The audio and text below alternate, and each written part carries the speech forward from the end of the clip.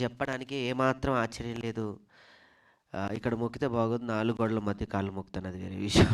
సుజాత ఆహ్, తను నిలబెట్టిన విధానం ఈరోజు ఇక్కడ ఉన్నాను. దాని తర్వాత తనొచ్చి నాకు ధైర్యాన్ని ఇస్తే నా కూతురొచ్చి నాకు సక్సెస్ ఇచ్చింది. దట్ ఈస్ నా కూతురు ఖ్యాతి. తన పేరు పెట్టిన ఖ్యాతి అయితే నాకు ఖ్యాతిని తీసుకొచ్చింది. Thank you very much. ఇంకా టెక్నీషియన్స్ చెప్పాలి. మా శేఖర్ అన్న, వంశీ అన్నకి పాదాభివందనాలు. యువి మీడియా వాళ్ళకి thank you very much Venkatanna.